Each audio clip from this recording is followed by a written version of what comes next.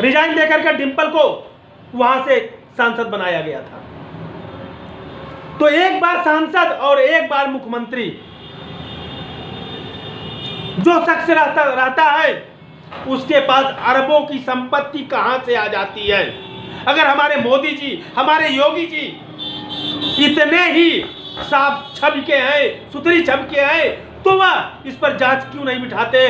कहां से उनके पास इतना पैसा आया कि वह हेलीकॉप्टरों से अपने चुनाव का प्रचार कर रहे हैं, अपनी पार्टी का चुनाव प्रचार कर रहे हैं? या मैं केवल अखिलेश यादव की बात नहीं कर रहा हूं, या मैं मायावती जी की भी बात कर रहा हूं, या मैं अन्य पार्टियों के नेताओं की बात कर रहा हूं। आखिर इन पर छापे क्यों नहीं पड़ते हैं? इनकी जांच क्यों नहीं होती है? ताज कॉरिडोर प्रकरण आज तक क्यों ठंडे बस्ते में पड़ा हुआ है?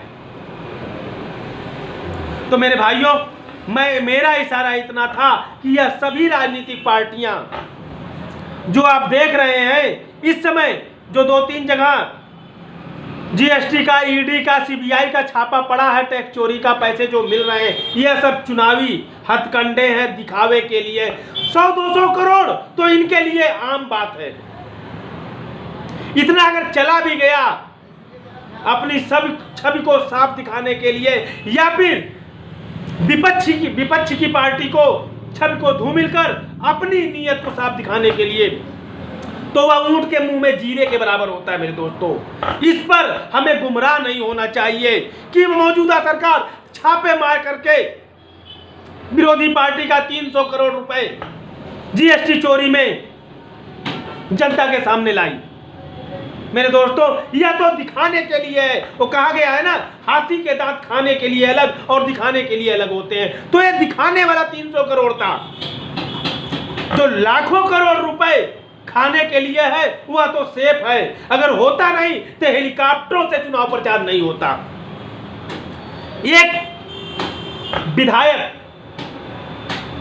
प्रत्याशी चुनाव के दौरान पहले 28 लाख रुपए खर्च कर सकता था और उसकी सीमा अब बढ़ा करके 40 लाख कर दी गई है। मेरे दोस्तों, अब आप कैलकुलेशन करिए, हेलीकॉप्टर से जो प्रचार हो रहा है सालों से, क्या वह 40 लाख रुपए में के अंदर एक विधायक का प्रचार हो सकता है? और विधायक जो अपने स्तर से करोड़ों खर्च करता है उसकी तो कोई बात ही नहीं है। क्यों नहीं है राजनीतिक पार्टियां, हमारी सत्ताधारी पार्टी केंद्र की, इन पूर्व मुख्यमंत्रियों पर द्वारा इस प्रकार जो धन खर्च किया जा रहा है, यह कहां से आया, इसके स्रोतों की जांच क्यों नहीं करती? एक मुख्यमंत्री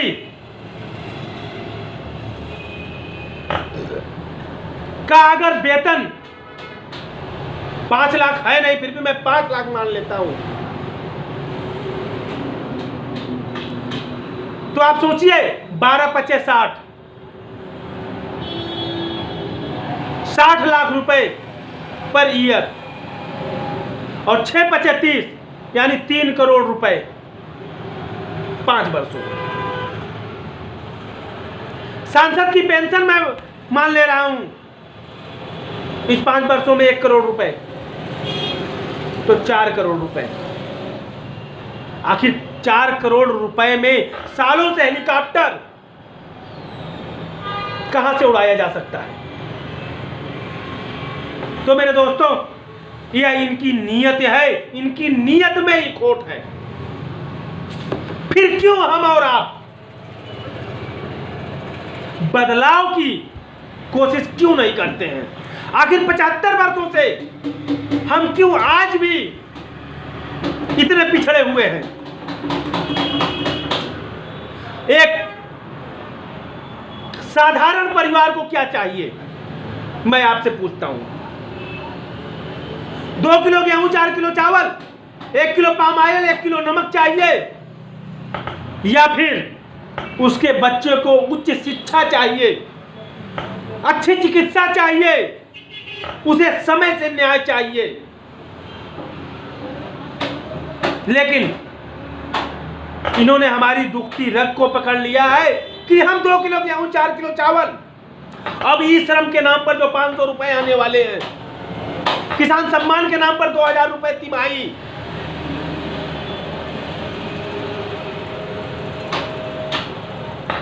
मिलने वाले हैं, मिल रहे हैं, उन पर ही हम इतने भाव विभोर हो जाते हैं कि हम सरकार के बड़े बड़े घोटाले, उनके मंसूबों को नहीं समझ पाते हैं। तो अब समय आ गया है मेरे दोस्तों। अभी तक मैं मानता था आपके पास कोई विकल्प नहीं था।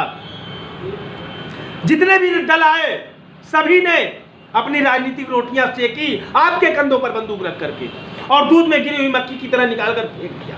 लेकिन मेरे भाइयों, अब यह भारतीय सर्वधर्म पार्टी आपके सामने आई हुई है, जो पिछले 10 वर्षों से संघर्ष करने के बाद जिसका अस्तित्व हुआ है, जो अस्तित्व में आई है, यह विकल्प के तौर पर आपके सामने है। और इसका सांसद विधायक, जो भी विधायक होना है, वो कहीं से दूर से नहीं आना है, वो आपके बीच से ही आप हो सकते हैं। आपके परिवार का कोई हो सकता है, आपके गांव का कोई हो सकता है, आपके अपने क्षेत्र का हो सकता है। ऐसे लोगों को पार्टी टिकट भारतीय सर्वधर्म पार्टी का मिलेगा। आप आगे आइए और भारतीय सर्वधर्म पार्टी के टिकट पर अपने क्षेत्र के विधायक के तौर पर अपने क्षेत्र का विकास करिए। अपने बच्चों को मुफ्त शिक्षा दिलाने की बात करिए, मुफ्त शिक्षा के राह को खोलने का राह आसान करिए। भारतीय सर्वधर्म पार्टी के टिकट पर आप अपने क्षेत्र से विधायक बनकर के अपने देश के हर नागरिक को, केवल अपने क्षेत्र के नहीं, अपने देश के हर नागरिक को मुफ्त चिकित्सा दिलाने के रास्ते को प्रशस्त करिए, आसान करिए, खोलने का प्रयास करिए। अपने देश के हर नागरिक को न्याय, वो भी समय से दिलाने की पहल करिए। क्योंकि हमारे भारत रत्न पूर्व प्रधानमंत्री अटल बिहारी वाजपेयी जी कहते थे, जिनके नाम पर यह सरकार राज तो कर रही है, लेकिन उनके पद चिन्हों पर चलने की हिम्मत इसमें नहीं है, क्योंकि सच है, सरकार बोल ही नहीं सकती है। वो कहते थे किसी भी देश के विकास को तभी सुनिश्चित किया जा सकता है जब वहां शिक्षा, चिकित्सा और न्याय, यह 3 चीज ही फ्री हो, बाकी कुछ भी फ्री ना हो। अर्थात जब शिक्षा फ्री होगी तो आपके बच्चे उच्च गुणवत्ता परक शिक्षा आसानी से मुहैया कर अपने पैरों पर खड़े हो सकते हैं। सांसद, विधायक, मंत्री ही नहीं, वो IAS, IPS, डॉक्टर, इंजीनियर, वैज्ञानिक बन करके देश की सेवा कर सकते हैं। देश को डॉक्टर भाभा जैसे वैज्ञानिक मिल सकते हैं, डॉक्टर अब्दुल कलाम मिल सकते हैं, सरदार वल्लभ भाई पटेल जी की तरह महापुरुष मिल सकते हैं, हमें भगत सिंह मिल सकते हैं, चंद्रशेखर आजाद मिल सकते हैं, वीर अब्दुल हमीद मिल सकते हैं, लाल बहादुर शास्त्री मिल सकते हैं, डॉक्टर राजेंद्र प्रसाद मिल सकते हैं, जिनकी हमें आज जरूरत है। और यह तभी संभव होगा मेरे दोस्तों जब हमारे देश में शिक्षा मुक्त होगी। अर्थात यह जो नोट छापने की फैक्ट्रियां हैं, इन पर ताला लगेगा। इनके अंदर जो भी बच्चे पढ़ेंगे, शिक्षा लेंगे इन स्कूलों में, वह सरकारी खर्चे पर लेंगे, अर्थात पूरी तरह मुफ्त। और यह केवल भारतीय सर्वधर्म पार्टी ही कर सकती है, क्योंकि भारतीय सर्वधर्म पार्टी का हर कार्यकर्ता, हर पदाधिकारी एक आम नागरिक है। इन राजनेताओं, इन माफियाओं, इन चिकित्सा माफियाओं, इन शिक्षा माफियाओं से डरने वाला नहीं है, इनके आगे घुटने टेकने वाला नहीं है, क्योंकि यह भारतीय सर्वधर्म पार्टी इनसे किसी प्रकार का चंदा नहीं लेती है। हमारी भारतीय सर्वधर्म पार्टी अपने देश के नौजवानों से बार बार आह्वान करती है, आप भारतीय सर्वधर्म पार्टी को मजबूती प्रदान करने हेतु 1 रुपए से लेकर के जो भी आपके पास स्वेच्छा हो, वह भारतीय सर्वधर्म पार्टी के खाते में आप डाल सकते हैं। और उसका गूगल पे नंबर मैंने पहले आप सभी को बता भी चुका हूं। किसी माफिया से भारतीय संविधान पार्टी को चंदा लेने की आवश्यकता नहीं है। तो क्योंकि अगर भारतीय संविधान पार्टी भी उन्हीं के नक्शे कदम पर चलेगी तो फिर यह जो दिल खोल करके चैलेंज करके सीना ठोक करके मुफ्त शिक्षा मुफ्त चिकित्सा की बात करती है वह नहीं कर पाएगी। मेरे भाइयों, तो अब आपकी बारी है कि आप 2 किलो गेहूं 4 किलो चावल पर इस 2022 में अपना सबसे मजबूत, जो सिर्फ 5 वर्ष में एक बार मिलता है, वह ताकत का इस्तेमाल करेंगे, या फिर अपने बच्चों के भविष्य को उज्जवल बनाने के लिए उन्हें मुफ्त शिक्षा और मुफ्त चिकित्सा व्यवस्था उपलब्ध कराने के लिए अपने उस सबसे मजबूत ताकतवर प्रहार का उपयोग करेंगे? यह फैसला आपको करना है। मंदिर बन गया, अब मंदिर के नाम पर हमें और गुमराह होने की जरूरत नहीं है। न कहीं हिंदू खतरे में है, न मुसलमान खतरे में है। खतरे में है मेरा दोस्तों, मेरा भारतवर्ष खतरे में है। क्योंकि आप देख ही रहे हैं 1947 में हम आजाद हुए हैं। 1945 में हिरोशिमा में परमाणु बम गिराया गया था। अर्थात एक तरह से समझ लीजिए वह भी हमारी जैसी ही परिस्थितियों से इन 77 वर्षों में के दौरान गुजरा है। किंतु आज जापान कहां है और हम कहां हैं, यही अनुमान लगाइए मेरे दोस्तों। क्योंकि वहां जितने भी सत्तानशी हैं सब देश के लिए मरते हैं, लेकिन हमारे देश में लाल बहादुर शास्त्री जी के बाद जितने भी नेता आए वह सब अपनी कुर्सी बचाने के लिए, वह सिर्फ अपनी कुर्सी बचाने के लिए, अपनी पार्टी को सत्ता नशी करने के लिए मरते रहे।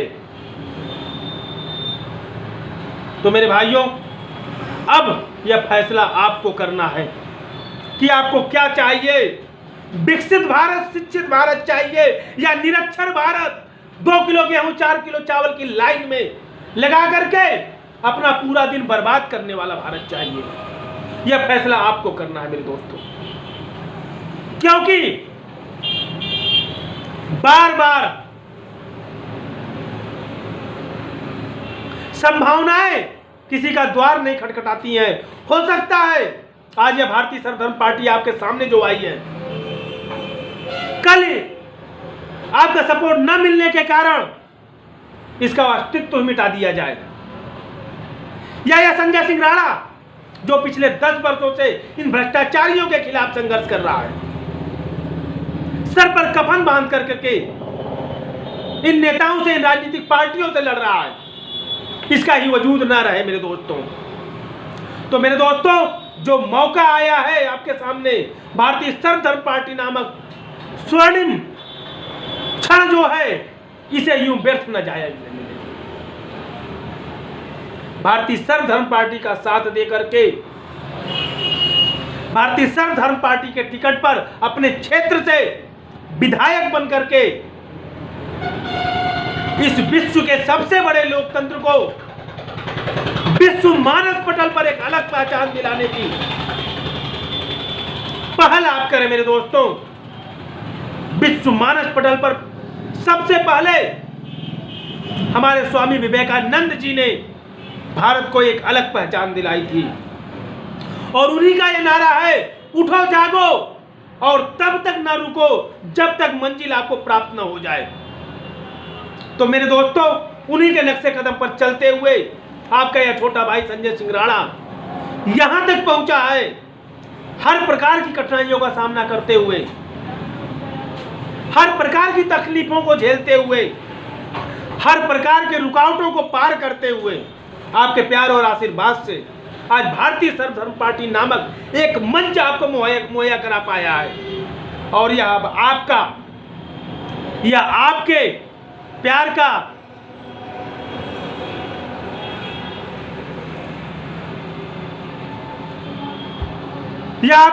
का ही मतलब है, आशा है यह पार आपके प्यार का अभिलाषी है मेरे दोस्तों, तब जाकर के भारतीय सर्वधर्म पार्टी अपने उद्देश्यों को पूरा करा के आपको, आपके बच्चों को 100% IIT IIM जैसी गुणवत्तापरक शिक्षा मुहैया करा पाएगी, जिससे आपके बच्चों को कांस्टेबल की परीक्षा के लिए आरक्षण रूपी बैसाखी का सहारा नहीं लेना पड़ेगा, जिससे आपके बच्चों को कांस्टेबल बनने के लिए 5 लाख की रिश्वत नहीं देनी होगी, जिससे आपके बच्चों को डॉक्टर इंजीनियर बनने के लिए प्रतियोगी परीक्षाओं से घबराना नहीं होगा। यह तभी संभव होगा जब शिक्षा के स्तर को गुणवत्तापरक बना करके उसे मुफ्त एक समान रूप से सभी नागरिकों को मुहैया कराया जाए। मेरे भाइयों, यह तभी संभव होगा और यह हमारा सपना तभी पूरा होगा जब आप हमारा साथ देंगे। हमारा साथ देने की जरूरत नहीं, अपने बच्चों के भविष्य को उज्जवल बनाने के लिए अपने कर्तव्यों का निर्वहन निस्वार्थ भाव से देश हित में करने को तत्पर होंगे मेरे दोस्तों, तब जाकर के हमारा सपना साकार होगा और हम एक खुशहाल भारत, शिक्षित भारत, विकसित भारत बना करके एक नया इतिहास लिखेंगे मेरे दोस्तों। और यह 2022 ही इस अध्याय का पहला पन्ना होना चाहिए। यही से इस स्वर्णिम इतिहास की नींव पड़नी चाहिए मेरे दोस्तों। मंदिर, मस्जिद, गिरजाघर, गुरुद्वारों से ऊपर उठिए। मानवता ही सबसे बड़ा धर्म है, मानव सेवा ही सबसे बड़ी ईश्वरीय सेवा है, यह सभी ग्रंथ कहते हैं। चाहे वह गीता हो, चाहे कुरान हो, चाहे बाइबिल हो, चाहे वह गुरु ग्रंथ साहब हो, सभी धर्म हमें यही शिक्षा देते हैं कि मानव सेवा ही सच्ची ईश्वरीय सेवा है, क्योंकि ईश्वर हमारे दिलों में बसते हैं। हर इंसान में ईश्वर है, बस उसे हमें पहचानने की जरूरत है। आपने सुना ही होगा, कस्तूरी कुंडल बसे मृग ढूंढे बनमाए, ऐसे घट घट व्यापी राम है दुनिया देखे माए। अर्थात कस्तूरी मृग की मस्तिष्क में बसती है और उसकी सुगंध को ढूंढने के लिए मृग पूरे जंगल में कुलाचे भरता है, दौड़ लगाता है, लेकिन उसे पाता नहीं है, क्योंकि वह तो उसके दिमाग में ही, उससे दिमाग से वो सुगंध आ रही है कस्तूरी की। ऐसे हमारे दिल में राम है, हमारे दिल में रहीम है, हमारे दिल में गुरु नानक देव है, हमारे दिल में ईसा मसीह है, हमारे दिल में महावीर स्वामी है, हमारे दिल में गौतम बुद्ध है, लेकिन हम उन्हें मंदिर और मस्जिदों में ढूंढते फिरते हैं। और जिस दिन हम उन्हें अपने अंदर ढूंढने की क्षमता ले आएंगे, ताकत ले आएंगे, उस दिन हमारे देश से वैमनस्यता, सांप्रदायिकता स्वतः समाप्त हो जाएगी। तो मेरे दोस्तों, भारतीय सर्वधर्म पार्टी का सिर्फ इतना उद्देश्य है, इतना स्वार्थ है कि हमारे देश के सभी 135 करोड़ हिंदुस्तानी भाई, हिंदू, मुसलमान, सिख, ईसाई से ऊपर उठकर, जैनिस्ट, बौद्धिस्ट से ऊपर उठकर भारतीयता के एक धागे में प्रेम, सौहार्द, भाईचारे के रूप में पिरोए जाएं। जैसे पहले हम रहते थे, जैसे हम नेताजी सुभाष चंद्र बोस के समय में थे। क्यों? नेताजी सुभाष चंद्र बोस को कोई भी भारतीय ऐसा नहीं था। उस समय पाकिस्तान भी हमारा था, बांग्लादेश भी हमारा था, जो उन्हें जात रूपी नजरों से देखता हो। मेरे दोस्तों, तो हमें ऐसे भारत की कल्पना करनी है। आज मंदिर के नाम पर, मस्जिद के नाम पर ओवैसी और महबूबा मुफ्ती जैसे लोग देश को बांटने की चेष्टा करते हैं, और हमारी यह राजनीतिक पार्टियां उन्हीं से गठबंधन की बात करती है और फिर राष्ट्रवाद की दुहाई देती है। तो ऐसे मुंह में राम बगल में छुरी रखने वाले राजनीतिक पार्टियों से हमें सावधान रहना होगा मेरे दोस्तों। और यह सिर्फ और सिर्फ तभी होगा जब आम जनता जागरूक होगी, और आम जनता तब जागरूक होगी जब आपको अपने संविधान की जानकारी होगी, और आपको अपने संविधान की जानकारी तब होगी जब आपको मुफ्त शिक्षा, मुफ्त चिकित्सा रूपी साधन मुहैया कराया जाएगा। क्योंकि शिक्षा के अभाव में हमारा आज का 90% देशवासी अपने अधिकारों को नहीं जानता है, अपने संविधान को नहीं जानता है, क्योंकि इन राजनीतिक पार्टियों ने हमें और आपको संविधान की जानकारी होने ही नहीं दी। जबकि किसी अन्य राष्ट्र में चले जाइए, अन्य देश में चले जाइए, वहां का बच्चा बच्चा, जितने विकसित देश हैं, अपने संविधान को अच्छी तरह जानते हैं, अपने अधिकारों को जानते हैं, तभी वो विकसित है। और हम यहाँ पिछड़े हुए, क्योंकि आज भी हम मंदिर और मस्जिद में पिरे हुए हैं। आखिर हम क्यों? कबीर को पूछते हैं, कबीर ने हिंदू को भी नहीं छोड़ा, मुसलमान को भी नहीं छोड़ा। कबीर ने कहा पाथर पूजे हर मिले तो मैं पूजू पहाड़, जिसकी घर की चकिया कोई न पीछे जागा पीसा खाए। काकर पत्थर जोड़ के मस्जिद लिए बनाए, ताचड़ मुल्ला भाग दे क्या बहरा हुआ खुदाए। दोनों की खिंचाई करने के बाद भी आखिर कबीर को कौन सम्मान की दृष्टि से नहीं देखता है, क्योंकि उनकी महानता जो थी उसे हम समझ गए कि उनका आशय क्या था।